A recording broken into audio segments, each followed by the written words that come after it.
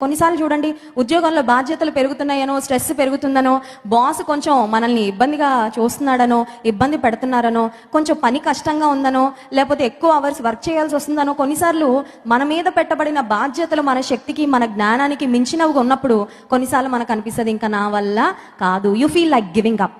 కానీ దేవుడు నీ మీద ఒక బాధ్యత ఏదైనా పెడితే, అది ఉద్యోగ బాధ్యత అయినా, అది కుటుంబ బాధ్యత అయినా, అది పరిచర్య బాధ్యత అయినా, ఏదైనప్పటికీ నీవు ఆయన ఇచ్చే డైరెక్షన్ చాలా జాగ్రత్తగా ఫాలో అయితే నీ బాధ్యతను నువ్వు సక్సెస్ఫుల్గా కంప్లీట్ చేయడానికి దేవుడు నీకు తన సహాయమును అనుగ్రహిస్తాడు. హల్లెలూయా.